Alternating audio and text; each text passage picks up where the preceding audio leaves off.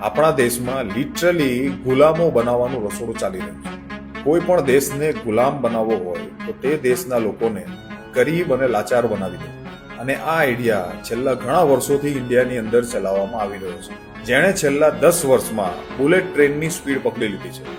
ગુજરાતના સુરતની અંદર આવેલા લિંબાયત વિસ્તારમાં કે જ્યાં સૌથી વધારે ગરીબો અને નિમ્ન મધ્યમ વર્ગના લોકો રહે છે, ત્યાંના લોકોની વારંવાર માંગણી હતી કે એક સરકારી કોલેજ બનાવવામાં આવે। આખરે સરકારે કોલેજ તો બનાવી, પણ તેના માટે જમીન ના આપી કે ના બાંધકામ કર્યું। તેના બદલે તે જ વિસ્તારની એક સરકારી શાળા કે જ્યાં 8000 થી વધારે બાળકો અભ્યાસ કરે છે, તે સ્કૂલનો કેટલોક વિભાગ અને કેટલાક બિલ્ડિંગ આ કોલેજને ફાળવી દેવામાં આવી। તો હવે આ ગરીબ બાળકો ક્યાં ભણશે? તેમને કેવી તકલીફ ઉઠાવવી પડશે?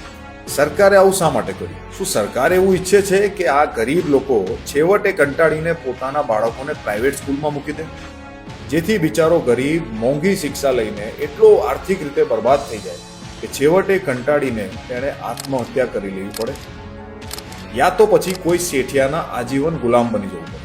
એટલે કે એક તીરથી બે નિશાન, એક ગરીબો હટાવો અને બીજું ગુલામ પેદા કરો। સુરત કોર્પોરેશન પાસે ખાણીપીણીવાળાના શેડ બનાવીને ભાડે ચડાવનારા લોકોને આપવા માટે જમીન છે, પણ ગરીબ બાળકો માટે કોલેજ બનાવવા માટે જમીન નથી। હમણાં જ ગુજરાતના સીએમએ એમ કીધું હતું કે ભાઈ લોકોને પ્રાઇવેટ સ્કૂલમાં ભણાવવાનો શોખ છે, તો કે ભાઈ તમને જે સરકારી શાળાઓ છે એની અંદર લોકોનો ક્રેઝ ઘટતો જાય છે, પણ ક્યાંક એવું તો નથી ને કે પ્રાઇવેટ સ્કૂલો વધે એ માટે થઈને સરકારી શાળાઓ નથી વધારવામાં આવતી? અરે દેવા, યે ગડબડ હે બાબા। જે શિક્ષાને હથિયાર બનાવીને આપણે અંગ્રેજોથી આઝાદ થયા, એ જ શિક્ષાને હથિયાર બનાવીને આ ભારતીય અંગ્રેજો આપણને ફરીથી ગુલામ બનાવવાની તૈયારી કરી રહ્યા છે।